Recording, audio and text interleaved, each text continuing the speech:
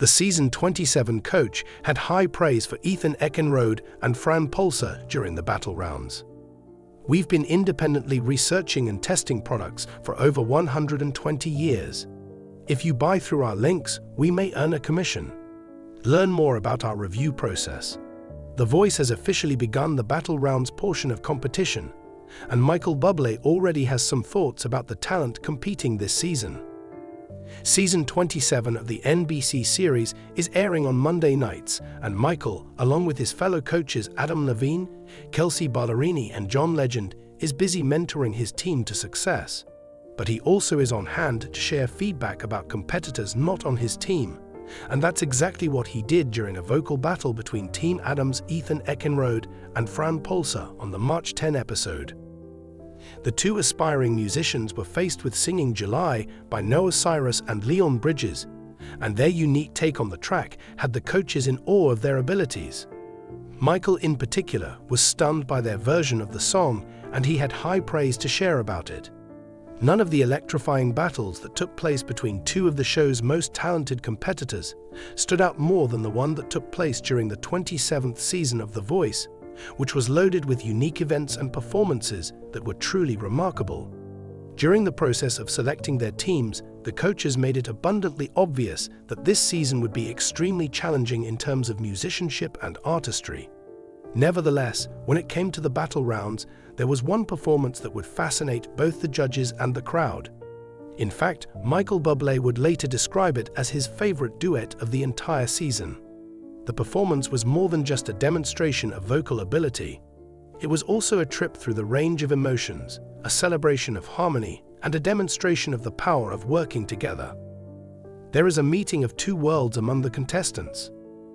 Jasmine King, whose voice is silky and soulful, and Noah Rivers, whose vocal skill is rich and powerful, were the two artists who competed in the battle. Both of these musicians are extremely different from one another, and each has their own strengths and own musical flavor. At first glance, it could appear as though these two singers originated from very different worlds.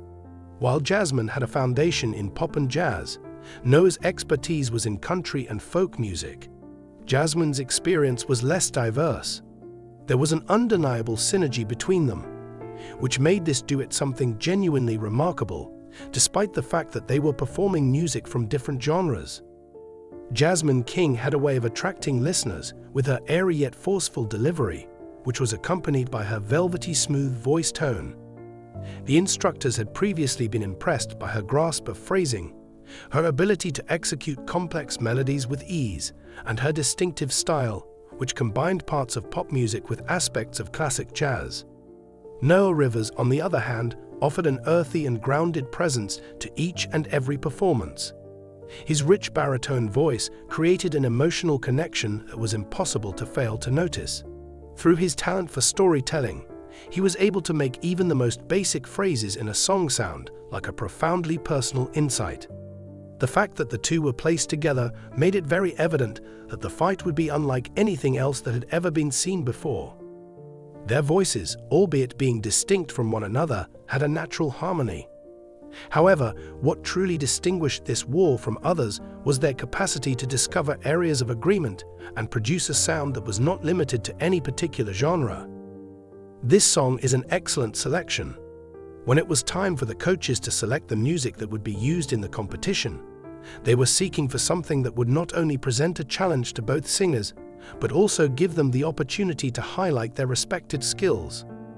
After giving it a lot of thought, they decided to go with Take Me to Church by Hosier. It is a song that is eerily beautiful and would provide both Jasmine and Noah the opportunity to explore the depths of their emotions while also putting their vocal range to the test. The lyrics of the song, which dealt with love, yearning, and spirituality, were a fantastic match for Jasmine and Noah's singing powers. The singers are required to strike a balance between subtlety and power in order to perform this song, which requires emotional vulnerability. The high stakes of the war offered the ideal climate for both artists to exceed their limitations, and they enthusiastically accepted the challenge that was presented to them. Each member of the duo put in a lot of effort during practice to ensure that they were able to interpret the song in a way that highlighted their distinct yet complementing singing styles. Combined with Noah's unfiltered and soulful style, Jasmine's silky delivery created a stunning harmony. Suddenly, it was obvious that the two were not simply singing together. Rather, they were narrating a specific story. Each and every note was meticulously designed to create an atmosphere of elevated emotional tension, and each and every pause in the music served as an opportunity for both singers to interact with one another and with the listener. As time went on in the days leading up to the performance, the chemistry between them became even more intense. They sung with a willingness to be vulnerable, but also with a strong will. In order to create the ideal equilibrium between light and dark, tenderness and strength, Jasmine's ability to smoothly drift between notes was a wonderful complement to Noah's forceful and emotional delivery. The profound and emotional overtones of the song were brought to life in a manner that was not only moving, but also breathtakingly beautiful. A duet for the ages, the performance was titled. The anticipation was obvious as it came time for the event to take place live on stage for the battle to begin. The audience was drawn into an environment that was both intimate and powerful when the lights were dimmed and the first notes of "Take Me to Church" reverberated around the arena while the lights were turned off. While Jasmine was positioned to the right of the stage, Noah was positioned to the left. As the two began to sing, the stage was illuminated with a gentle, ethereal light, and there was a quiet silence that pervaded the atmosphere. The atmosphere in the room was transfixed by Jasmine's voice from the very first note. She delivered the lyrics with such grace that it was almost as if she was whispering her most intimate thoughts to the audience. Her phrasing was delicate but impactful, and she delivered the lyrics with such grace. The contrast was obvious when Noah's voice chimed in from the background, which was deep and rich. The performance was anchored by his tone, which added a depth of seriousness to the duet. His tone was like a steady, grounding force. As the course of the song progressed, both vocalists leaned into each other's energy, melding their voices together in a seamless manner. Sometimes, Jasmine would step aside, allowing Noah to take the lead with his powerful and earthy vocals. This would happen at various points.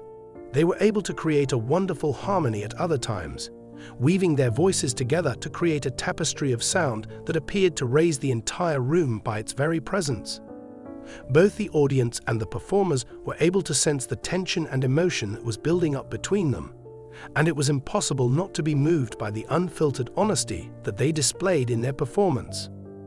The bridge was the moment when the intensity of the song reached a fever pitch, and it was during this time that the performance achieved its emotional pinnacle. Each of the singers entirely let go of their inhibitions, allowing their voices to soar in perfect harmony and releasing every ounce of feeling into the lyrics. With Noah's deeper, more grounded tone, Jasmine's voice, which was light and soaring, melded flawlessly with Noah's sound, producing a moment of musical harmony that will be remembered forever. When they finally reached the final note, they held it for a fraction of a second longer than was anticipated, and the audience erupted in applause. Despite the fact that they are often cautious in their responses, the coaches were unable to conceal their enthusiasm for the moment since it was so strong. The responses of the athletes. The four coaches, Michael Bublé, Adam Levine, John Legend, and Kelsey Ballerini, were visibly impacted as the final note lingered in the air throughout the performance. There was a definite connection between the two vocalists, and the fact that they were able to build on each other's abilities made this performance stand out as something genuinely exceptional. The very first person to speak was Michael Bublé, who is well known for his respect of artistic expression and vocal delicacy. His eyes were wide, and his voice was heavy with passion as he added, That was incredible. His eyes were completely open. To tell you the truth, that is truly the best duet I've heard in a very long time. Something so potent and unfiltered was produced by the two of you. Both of you were so present at that moment, and it was absolutely ideal. There was something very remarkable about the way in which you played off of each other and the way in which your voices merged together. As someone who is always eager to provide criticism, Adam Levine couldn't help but nod his head in agreement. It has been a long time since I've seen a performance like that. The two of you took a song that is already so well known and made it your own version. You were able to communicate the tale which was more important than simply hitting the notes, and you did an excellent job doing it. Thank you, Jasmine and Noah, that was just incredible. I love the way that you both embraced the emotion of the song, John Legend expressed, his serious gaze remaining fixed on the stage during the entire performance. Not only did you not avoid it, but you really lived in it. That was a clear demonstration of the level of artistic ability you possess. The comments was concluded by Kelsey Ballerini, who provided perspectives that were both gentle and critical.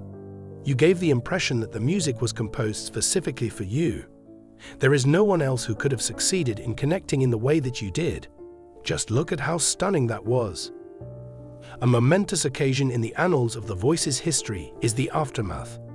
As soon as it was time for the coaches to make their judgments, they were confronted with a decision that was extremely difficult to make. At the conclusion of the competition, Jasmine King and Noah Rivers had performed a duet that was so impressive that it left everyone in the room in a state of wonder. Both of them had put their whole selves into the performance, and it was impossible to deny the connection that existed between them. It was abundantly evident to everyone that this struggle would go down in the annals of The Voice history as one of the most unforgettable and breathtaking moments of the season, regardless of who emerged victorious. In the end, it wasn't just about the victory.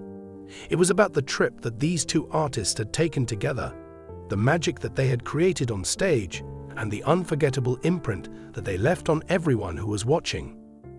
Take Me to Church is a duet that Michael Bublé will always consider to be his favorite.